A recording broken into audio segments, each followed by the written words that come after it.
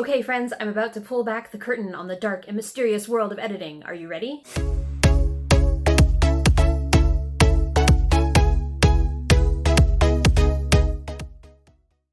Hello, my name is Katie Morgan. I am an indie fantasy author and fiction editor, and welcome to my new series, Bardic Editing Advice for Writers. In this series, I'm going to be talking about the ins and outs of getting feedback on your creative work. I do see this series as being specifically for writers, but I think any creative person looking for feedback on their work could get something useful out of this. So today we're going to be doing an overview of the editing process. So I'll be covering each of the different kinds of feedback you might be getting at different stages of the writing process. So a couple of notes before we get started. Some of these definitions are generally agreed upon, and others will vary widely depending on who you ask. So as we go through this video, keep in mind that I'm talking about definitions that pertain to my experience as a writer and as an editor. The other thing to keep in mind is that your editorial journey will be a little bit different depending on whether you are traditionally published or if you are independently published. Traditionally published folks are going to have a lot of this process taken care of by their publisher, and indie authors are going to be making a lot of these decisions on their own.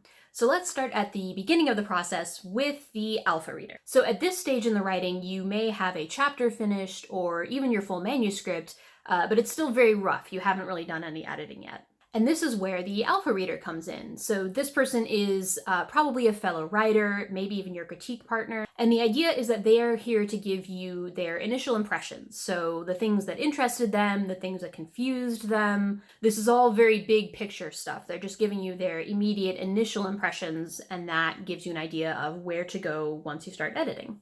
An alpha reader can also be really helpful if you're feeling a little bit uncomfortable about your writing topic, or just not really confident about what you're writing, and you kind of want to know, is it even worth continuing? Like, is this interesting and engaging in any way? Or even, what am I doing right? That's where an alpha reader can help. So next up, we've got the critique partner. At this point in the writing, you may have, again, a couple of chapters or maybe even a full draft complete. You may or may not have done any editing yet.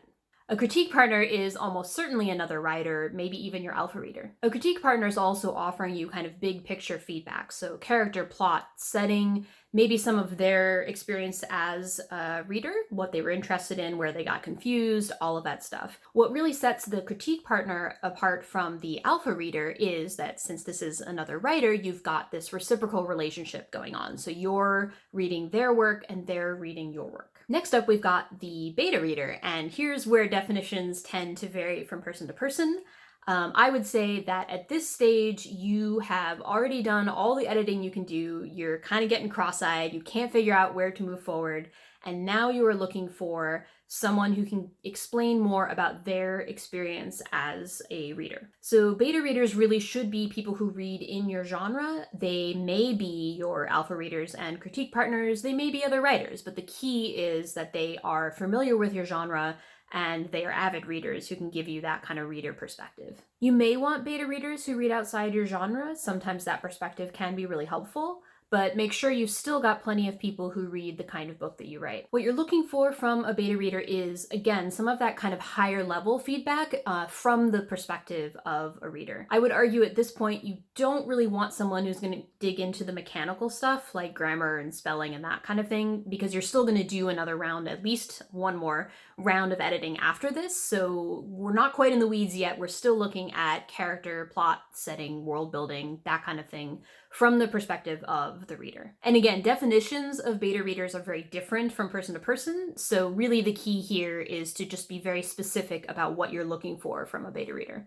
Next up, we have the sensitivity reader. And this is not really a linear choice here. Your sensitivity reader could be coming in at any point in the process, but usually I'm doing it around the same time that I'm doing beta reading. A sensitivity reader is someone who is from a particular demographic that you are trying to write about that is not your own demographic. So maybe someone who is a different race, a different ethnicity, a different gender, sexuality, whatever it may be. And you're trying to present a character that fits into those categories in a well-rounded and thoughtful way. And so you're looking for feedback on whether you were able to do that and how you might do a better job of it too. In situations like this, there's a lot you can do in terms of research, but it's also really, really helpful to have an actual person who is part of that demographic give you that feedback.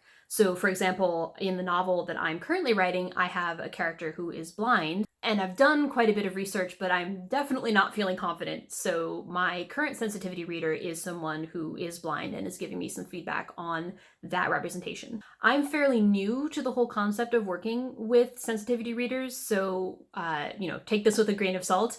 What I have seen in terms of how this process works is you might have someone who just looks at a chapter or two. You might have someone that reads the entire manuscript.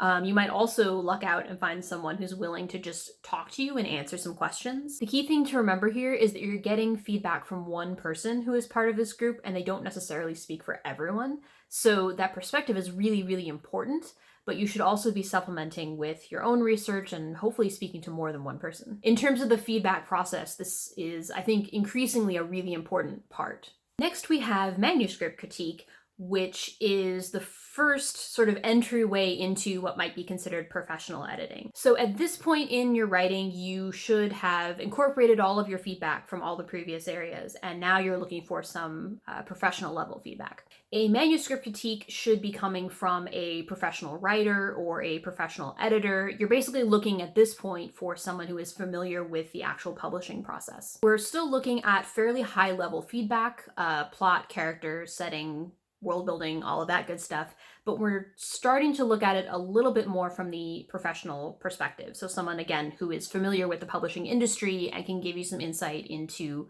how this structural stuff works in published work. If possible, it's really helpful to have a manuscript critique from someone who reads in your genre. I wouldn't say it's completely 100% required, but it's very helpful because then the feedback you're getting is from someone who's familiar with the tropes and the general setup of your genre. So every editor who offers manuscript critique is going to be a little different. When I do a manuscript critique, what I provide is what's called a summary letter. So I will read through the manuscript and then I will type up a letter. That could be 5, 10, 15 pages, depending on the length of the piece. I go through and talk about some of these high-level elements, character, plot, setting, and so forth. And I also make it a point to answer the author's questions. This is a really good opportunity as a writer to get a feel for an editor and see if you can create a good relationship that might lead into other kinds of editing services down the line. So now we're getting into it. Next up is the developmental editor. This may be the first professional edit you're getting after incorporating the rest of your feedback. Some folks will go directly from beta reading into developmental editing as opposed to going through the manuscript critique. At this point, it's really important to have a professional editor because you want that professional experience with the editing and the publishing world. And again, it's really helpful to have someone who is familiar with your genre. Not necessarily required, but really, really helpful at this point because you're going to be talking about structural stuff that will be very specific to genre. So at this point, you're really thinking in terms of publication. You want to be sure all of your structural stuff is ready to go, and if there are any issues, you want to deal with them at this point rather than later on when you're doing a lot more of the mechanical stuff. This is also a type of editing that I offer, so I can tell you a little bit about what I do when I do a developmental edit, which is I will provide some similar things to what I do in the manuscript critique. There will be a summary letter, but this is much more in depth, and I'm also offering inline comments and chapter summaries where I talk about what's happening chapter by chapter. So this is really, really good, really in-depth feedback. It's kind of your last opportunity to really think deeply about all of these bigger structural things and make sure that that's all squared away before you move on to the next level of editing. Not gonna lie, this is the stage that is probably the most time intensive and expensive, but it's really important in terms of taking your work to a publication or querying level. So next up we have the line editor, and this is where we're kind of starting to get into some more mechanical stuff. At this stage, you pretty much have all of your structural things figured out. You've done your developmental edit, you've gotten a lot of feedback, and now we're kind of digging into the language itself. So the actual words that you're using, the way you're phrasing things, the style, that kind of stuff. A line editor is also a professional level editor. This is someone who is familiar with grammar, spelling, punctuation, but also with style guides and how various professional levels of publishing work. At this point, we're looking at things like sentence structure and clarity and word choice. This is definitely the point where the Microsoft Word track changes stuff starts coming out. There's also sometimes some overlap between line editing and copy editing, and you'll see that in a moment here when we get into copy editing. So the penultimate stage is the copy editor. This may come after the line edit, or it may be included as part of the line edit, depending on the editor. And this is the point where we really start digging into the mechanical stuff. So a copy editor should have some sort of professional background. Hopefully they have some experience. They should be familiar, again, with style guides. If you're doing fiction, those style guides should almost certainly be the Chicago Manual of Style and Merriam-Webster's dictionary. Copy editing is usually what people think of when they think of editing, so grammar, spelling, punctuation, just kind of fine-tuning those sorts of things. But they're also looking often at elements of consistency. If your character has green eyes on page 5, do they still have green eyes on page 500? Copy editing is also sometimes broken down into light, medium, and heavy, depending on what the manuscript needs. And here I would argue it's really important to be thinking holistically. I think sometimes people say, oh, well, I don't need to do the copy edit because I have spell check or I have Grammarly.